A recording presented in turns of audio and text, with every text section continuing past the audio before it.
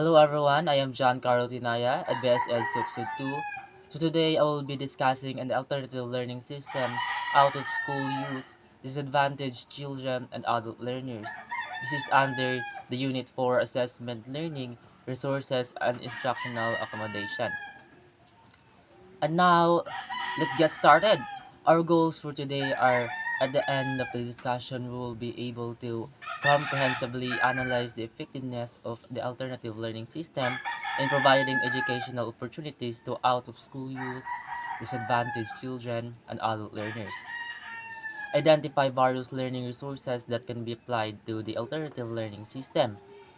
Apply the way learning resources and instructional accommodation in teaching, official and inclusive education. So that's our objective. Further ado, let's discuss the ALS or the Alternative Learning System. ALS in the Philippines is a parallel education system designed for Filipinos who cannot access or have dropped out of formal schooling. It provides a flexible and practical way to obtain basic educations. ALS is a modular and flexible. Learning happens at the learner's pace and convenience, often outside of traditional classrooms. Community-based learning sessions are conducted. Community centers, barangay halls, libraries, or even at home. Two levels, elementary and secondary levels with learners starting at the elementary level. Target learners. The target learners of ALS is the out-of-school youth, adults, dropouts, working individuals, and senior citizens. Curriculum focuses only on literacy skills, numeracy, and life skills, with a curriculum comparable to the formal school system. Accreditation and equivalency test. Learners can take this test to earn a diploma equivalent to a formal education. So, ALS is launched in 2004 by the Department of Education, or the DepEd, institutionalized in the 2023 through Republic Act number 11510, known as the Alternative Learning System Act. So, why ALS is important?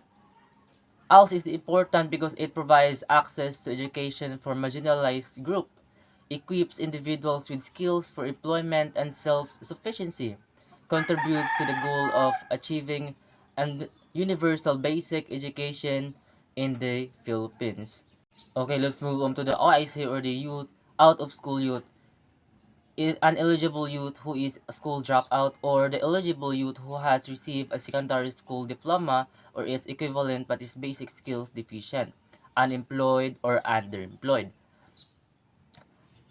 OIC or out of school youth in the Philippines refers to the individual age 15 to 24 who are not attending school, not gainfully employed, and haven't finished college or a post-secondary course. The number of OIC is a significant concern with recent data showing that around 3.8 million Filipinos fall into this category. Reasons for being out of school: marriage or family matters. This is the most common reason accounting for over 40% of out-of-school youth. Financial concerns.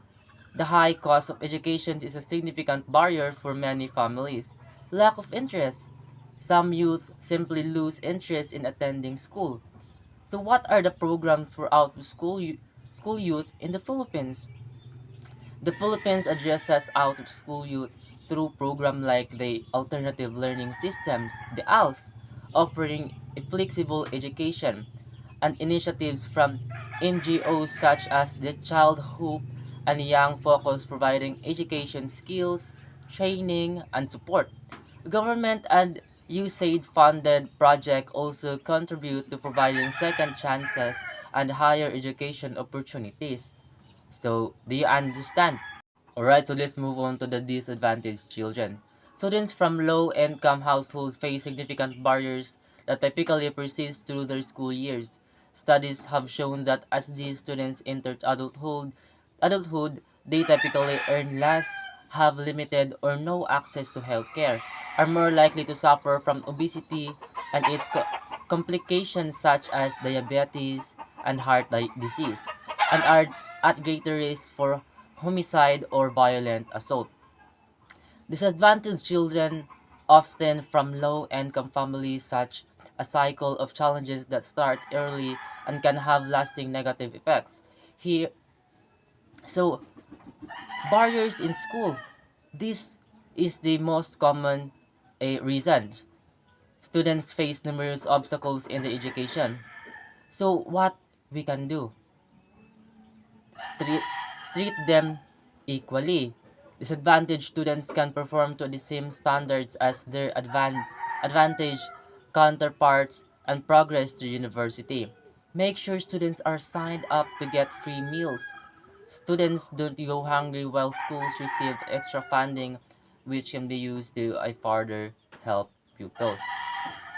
Lack of resources. This is also a common reasons. They may lack access to basic necessities like nutritious food, adequate housing, and quality learning materials. Limited support. They may not have the same level of parental involvement, educational resources, or tutoring opportunities as wealthier peers. Diba? Stress and trauma. This is also one of the reasons. They might experience higher levels of stress due to poverty, instability at home, or exposure of violence. This is the last topic, the adult learners.